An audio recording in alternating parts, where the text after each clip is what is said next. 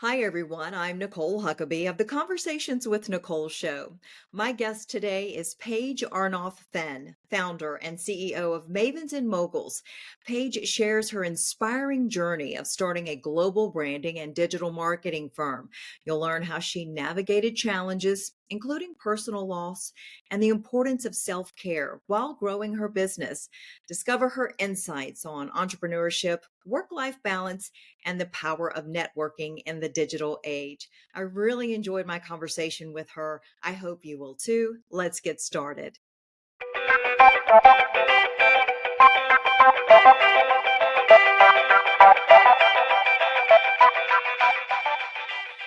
Hi, everyone. Welcome to Conversations with Nicole. I am delighted to have as my guest today Paige Arnof-Fenn. She is the founder and CEO of Mavens and Moguls. Paige, thank you for joining me today.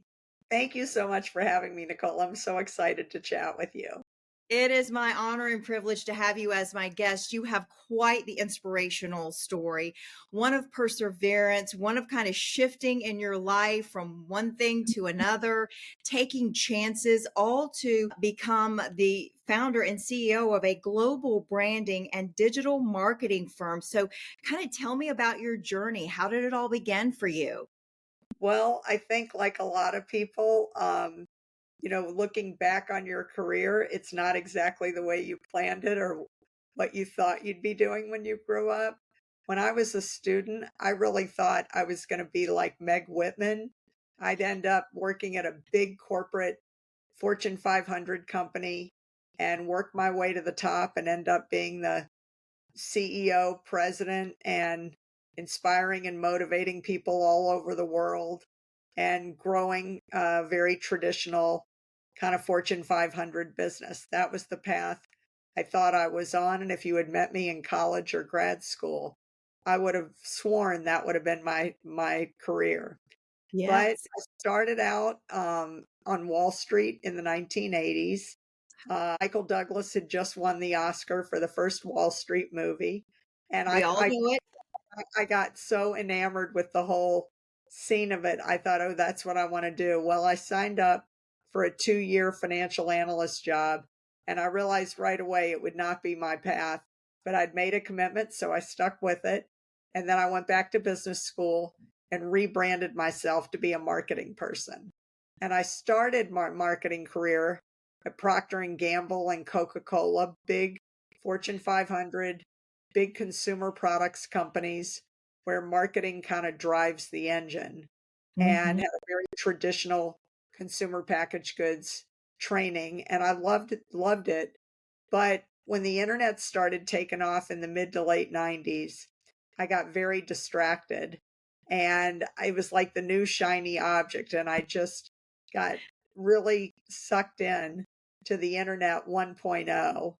And I left my comfy, cushy corporate job and joined an internet startup in Los Angeles. And I never looked back. And I was the head of marketing at 3 different startup companies, one in LA, 2 here in Boston. They all had pretty good exits. And then 9/11 hit, and all the marketing jobs dried up. And I hung out a shingle, and I've been doing it ever since. That's incredible. I love how you kept pivoting, doing different things, and never giving up and always saying, what else is next for me? But I know that some of those pivots and changes came with a bit of worry, of concern sometimes. It wasn't as easy as you just made it sound, I'm sure, even though that was beautiful. Your success has been incredible. But I do know along the way, when you've made those transitions, it has been because of other factors in your life. So share that. Yeah, I mean, like everybody, you have ups and downs and twists and turns. And like you said, you have to pivot, you have to learn to kind of figure out what it is that works and what it is that doesn't work. About 5 years, when I started my business, like I said, 9/11 happened. If For the listeners that are old enough to remember, the stock market tanked, and a lot of startups and a lot of big companies wanted to conserve their cash. And the first thing they did was cut their marketing department and cut their marketing budget. Um, so that's when I decided, after 3 successful startups. I had had a little success 3 times, but, I didn't work for Google or Facebook book or LinkedIn. So it wasn't like I made a bajillion dollars, but I made a little money 3 times. And I just decided, I was so enamored with what was happening in the technology space, I was gonna leave um, the startup world behind and start my own thing. I Yeah. didn't want to be the head of marketing for somebody else. I thought, I've learned a lot.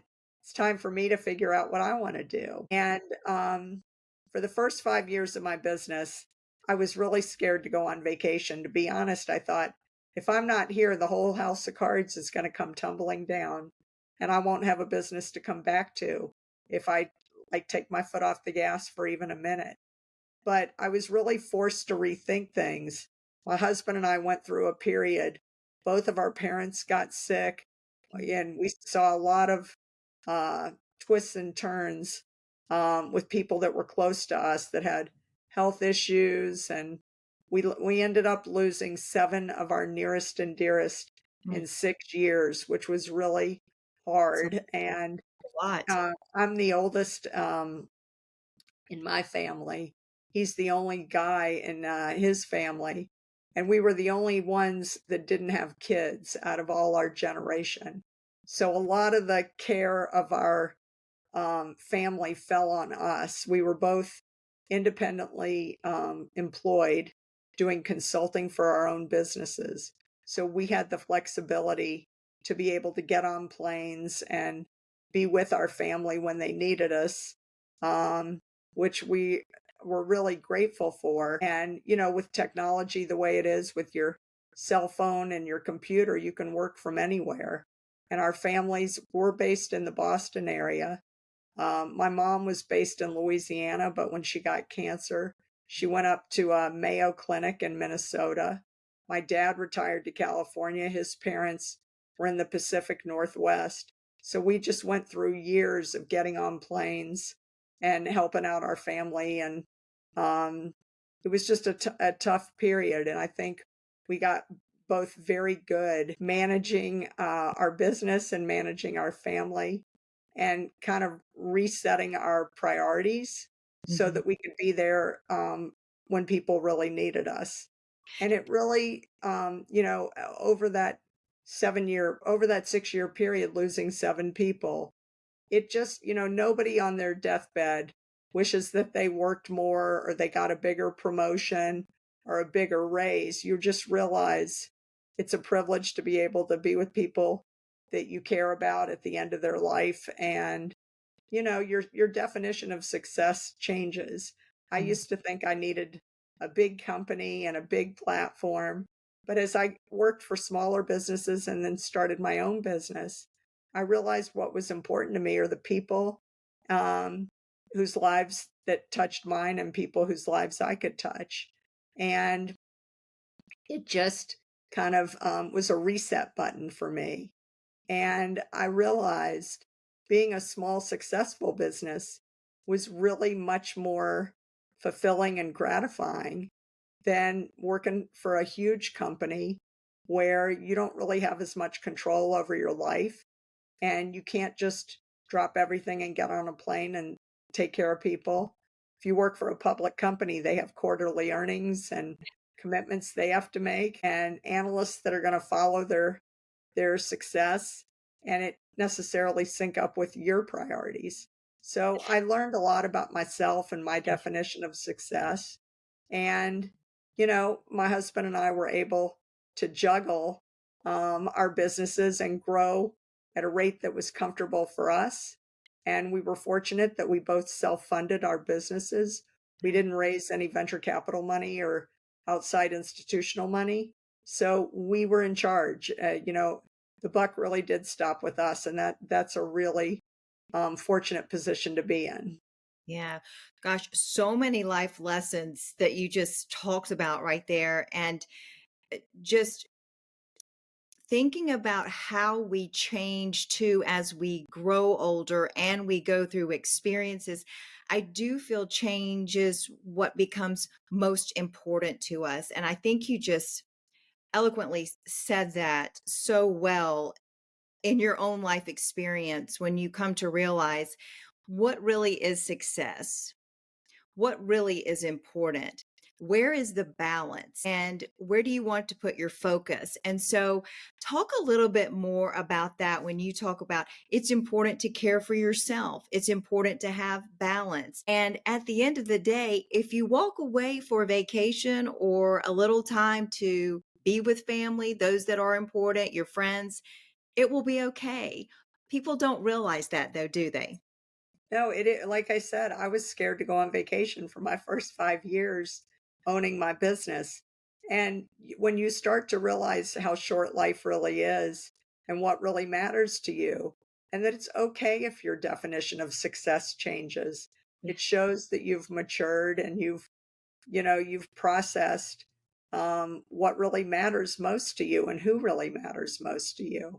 And I think I'm just incredibly grateful that, it was an interesting lesson to me before everyone was getting sick and dying. I was the queen of networking. I would get up in the morning, I'd go to a breakfast networking event, I'd have a bunch of meetings during the day for coffee, lunch.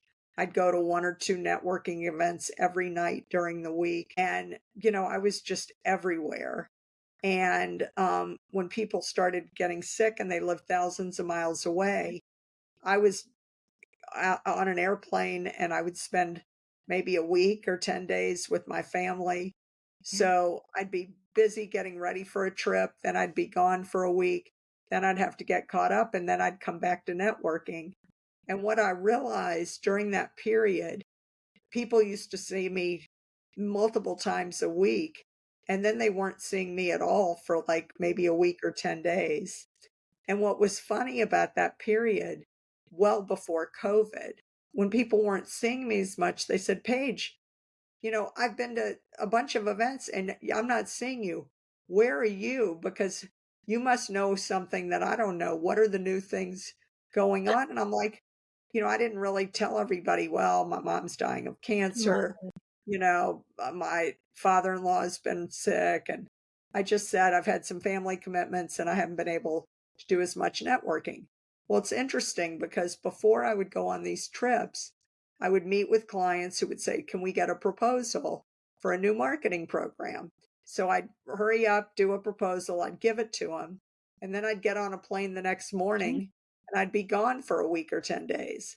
And then I'd Mhm. come back and I'm thinking, my God, I never followed up with that client. And I sent him a proposal, a week ago, a week and a half ago. So I'd call the client and say, I am so sorry. I've been so busy. Did you have any questions? Is there anything I can answer? Did the proposal meet your needs? Yeah. And the client, this happened all the time where the client said, Paige, I talked to several marketing agencies and they have been stalking me. They're always like emailing me, leaving me voicemails. They call and they hang up. You're the only person that's given me space. I Oh, loved your proposal. The truth is, I've been so distracted, I haven't had time to focus. If you don't hear from me by next week, will you promise to call and follow up? And I said, sure. And what happened was, instead of being one of those neurotic consultants or agencies that was stalking their clients and not giving them a minute to breathe, I was, distracted and doing other stuff. And they saw it as a sign of me being so busy that, that all these other people were being desperate. And what was strange to me is during that period, I was winning a lot more business than I used to. And I realized as everyone started to die, um, and we got the estates all settled, I realized I don't need to go back to networking 5 times a day. I could just pick a couple of events. I yeah. don't have to be out of town or, um, you know, going away to just say tonight I want to have dinner with a few friends. Tonight I'd rather go to a lecture. And what I learned was less can be more. You don't have to fill every block on your calendar. And it's okay to have white space that says, take some time for yourself, take a walk, get some exercise. And it really helped me learn to take more of time for myself. And, a mentor always used to tell me, you're only going to be as good to your clients as you're the number one client. And if you run yourself down and get burned out, you're not going to be of use to anyone else either. So it's okay to carve out space for yourself. Don't fill every block. Don't overcommit. Don't go to two networking events, one early, one later. Pick your battles and get the most out of less can be more. Get the most out of each event and don't be focused on stuffing your calendar with a bunch of stuff that you're not really as engaged with. And that has been such great advice for me. And Mhm. now that I'm at a stage where, my husband and I don't have anyone to take care of except each other now, it's made for a much more sane life that you can disconnect from your cell phone, you can disconnect from your computer and just take a night off or take a weekend off. Everything's going to be there when you get back on Monday. And, I think you're a more interesting person to meet with and talk to if you've done something other than work 24/7. Very true. Very true. And then when you do meet up with someone to talk to them and network, you have more things to talk about than just work, which is, I'm sure, what happened a lot as you were going from one event to the Exactly. other. So many Exactly. life lessons there, slowing down and not feeling like you have to be everywhere and do everything. I do feel as we are going through life and whatever profession we are in, we do have this overwhelming feeling. And I think sometimes we almost feel guilty if we're not doing it. And I'm not sure why we feel guilty to say, that's just not going to work for me today. I need to do this so I can be my best self for you tomorrow at X, Y, and Z. Interesting how that happens in life. Absolutely. And I mean, I just think when you're really clear on what your priorities are and what's important to you, you can kind of brush over the things that become filler or distractions. And I don't know, I just feel like in my life, it's learning to say no is a really important skill because then when you say yes, it really resonates. It's really in your sweet spot. Um, I just feel like there are so many times when I started my business, I was nervous and I would take on projects because I thought, what if I don't get another Right. client or, unless someone is really a great fit for us. I'm asking them more questions than they're asking me. I want it to be a match made in heaven. I want to be a great partner for them and make sure that my team really is right in that sweet spot. And if we're not, I'll be the first to tell them, I don't know that we're the right team for you. And it's funny because people aren't really used to hearing that. And sometimes that makes them want you more. They'll say, Right. well, maybe I have more of a budget than I told you. I could spend, like, it's not about the budget. It's just that, what you're asking us to do is not really our strength. Like, I think another firm is going to serve you better. Or they'll say, I want this done in 3 weeks. And I'll say, we need 3 weeks just to do the market research. We're not going to be able to finish the project probably for 2 months. And they'll say, well, we're going to hire someone who can do it in 3 weeks. And I'll say, I wish you well. I've been doing marketing since 1990. I've never seen anybody get that much done, everything that you're trying to accomplish. But in 3 weeks' time, if you go with another firm and they're not helping you, please come back. We'd be happy to chat. But I can't give you the time or the money back. But we can definitely help you, but it's going to take a little longer than you expect. And then, sure enough, they'll come back and say, we really appreciate you were so honest. Yes. Nobody, they were telling us what they needed to tell us to win the business. but they didn't know what they were doing. Now we want to go with someone who's an expert, and then they bring us in. So I feel when you're authentic and you know what you're good at, you know what the process is because you're experienced at it. People might not like the answer, but if when you're honest and direct, they remember and they'll come back if they get burned. Yeah, I was just thinking as you were talking, honesty, transparency, really understanding what a marketing firm does and knowing your business that well to be upfront and say, this is what we can do for you, or you're not a good fit. I have more respect for that than anything, you know, as a client, if I was your client. So I think that in itself is the definition of success. For sure. And it's interesting because a lot of clients, when we do a project, we'll give them the time, we'll tell them this is how much time, this is how much budget. And at the end, um, a lot of times, everyone in my group, I have about 4 dozen people that work with me at Mavens and Moguls. And I joke that we're all a little bit type A neurotic, that even though we give the time and the budget, the truth is when we start working with somebody, we love what we do and we know that it's a good match. And we probably all work 20% more than we thought we would when we budgeted. But we never go back and charge them more money. We just say, you know, we were so involved, the time passed, we weren't paying attention. But that's a really good way to over service your Yeah. clients. And then they feel like they get great value. Yeah. And then they become champions. And then they'll basically give you referrals and they'll say to other people, oh my God, I hired this team. They're great. And, they're not even that expensive. They delivered so much value to us. Yeah. We were so surprised, how much they were able to accomplish. And that's if you leave a little money on the table and leave people feeling like they got great value, that you leveraged all your experience and training and they're benefiting from that. It's a great way to build a business. Yeah, value, quality. I mean, again, just all the things that create a successful business. Just briefly share a little bit about your company, details about it, how many people you have working for you, your goals, and how the process works.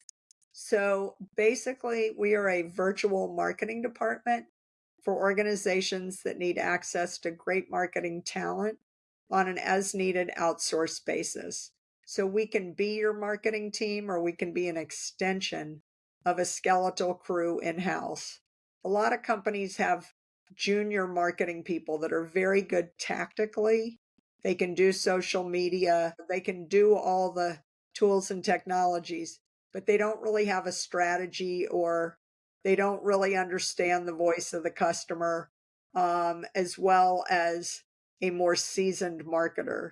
So a lot of those companies bring us in, basically have a seat at the table to lay down the strategy and maybe manage some of that junior talent so that they're not just randomly throwing out a bunch of, social media messages, that there actually is uh, some thought behind it and that there are themes and they're all going towards a direction Same that goal. you're exactly. So, I think where a lot of clients go wrong, they get very distracted by all the platforms that are out there and they dilute their message and their brand because they try to be one thing on Facebook and something else on LinkedIn and something else on X, Twitter, you know, and what that does is it confuses your audience. They Mhm. don't know if you're going to turn up and be the humorous version, the buttoned up version, the snarky version of, what your message is. So we can really help companies put together a strong marketing strategy, get some tight messaging, and then execute as part of a plan so that they have an ongoing conversation Yeah. with their audience. So we help people find the right words and pictures to tell a really compelling story and we're just there kind of behind the scenes for support. And sometimes you might have a VP of marketing or a chief marketing officer that's going out on maternity leave or that needs to get a hip replacement or a knee replacement, and they're going to be gone for a month or two, and they just need somebody to keep the trains running. And we Mm. can backfill for those positions so that when they come back, everything's running smoothly. So we do anything a marketing department, ad agency, PR agency, or market research shop does on an as needed outsource basis. Paige, you're like a one-stop shop. Well, we are, I've got these 4 dozen resources. They're in 14 cities around the US. They're in some major metro areas overseas. We've done work in Canada, Mexico, the Middle East, Europe, Asia. We were virtual way before COVID. So we're very comfortable working, seamlessly as an extension of our clients' teams. Interesting to hear you talk now about this great success. And at one time you were worried about making that change to being an entrepreneur. And here you are all over the world, right? Sometimes you just have to take that leap of faith, find your purpose, and listen to all the things that are happening around you and say, how do I need to focus myself and guide myself into this next step when all of these things are happening? And I'm sure there were times you weren't sure about it, but you took that leap of faith and look where you are today.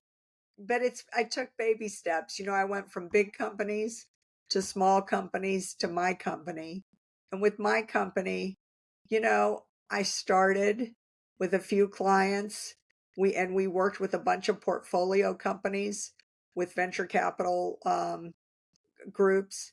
And if we helped one of their portfolio companies, then the guy would say, wow, that was really good. Can you help another company that I have an investment in? Maybe, and Yes, then I can. maybe the president or the vice president of the company goes to a different company and they call us and say, remember what you did for me at my last place? Can you do it now at this place? So, I took baby steps. I didn't try and do it all at once. Yeah. And, the technology is, when I started, there was no social media. And Yeah. as these new tools and technologies come on board, you have to keep your skills fresh and current, and you have to grow with the market and be a good listener because your clients will tell you what they need and what they're missing, where the gaps are, where the holes are. The basics of marketing are really the same, whether you're doing it for a big Fortune 500 company or a small business. You got to get your message right. You got to know who your target audience is. It's so the basics don't change. The budgets are different. When I worked at P&G and Coke, they had millions of dollars to spend and they could sponsor the Olympics and the Super Bowl. You know, my clients now are mostly small and medium businesses, and they don't have huge budgets. So they have to be pretty scrappy, and we Right. can help them, really get noticed and raise their visibility and profile in a way that's appropriate for them. So it's fun. It's every client is a little bit different. We're not like a cookie cutter. Everybody's got kind of some of the same challenges and some different challenges. We're industry agnostic. We work with nonprofits, technology firms, you know, uh, professional service firms, all over every industry. And there are a lot of best practices that you can learn with one business that you can apply to other businesses. So Yeah. it keeps it really fun for my team too. We're always, applying new stuff, which is great. We learn a lot with every project.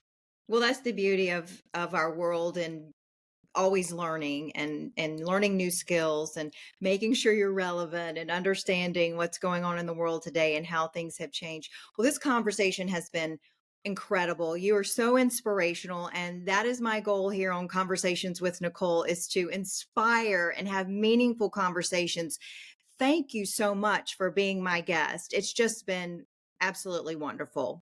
Well, I've loved it. You are so fun to chat with, and I really appreciate you having me on.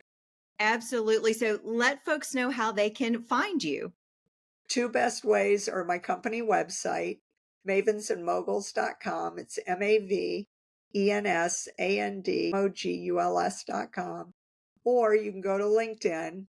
My last name is hyphenated, but LinkedIn smushes it all together. So it's PAIGEARNOFFENN. And as one of my clients always says, because there's an ampersand in my company name and a hyphen in my last name, she always forgets. So she Googles Paige and Mavens, and I pop right up. So thank Perfect. goodness search engine optimization really works. As we had said earlier, technology is a beautiful thing when it works, and so are analytics and Google searches. Exactly. Oh my goodness. Well, Paige, this has just been a real blast. What a pleasure to have you as my guest today. Thank you so much. And of course, I just know more good things are in the works for you. So you'll have to keep me updated. I sure will. Thanks, Nicole. This has been great. It's been a blast. Thank you. And that will do it for this edition of Conversations with Nicole. Until I see you again, I hope you have a great day.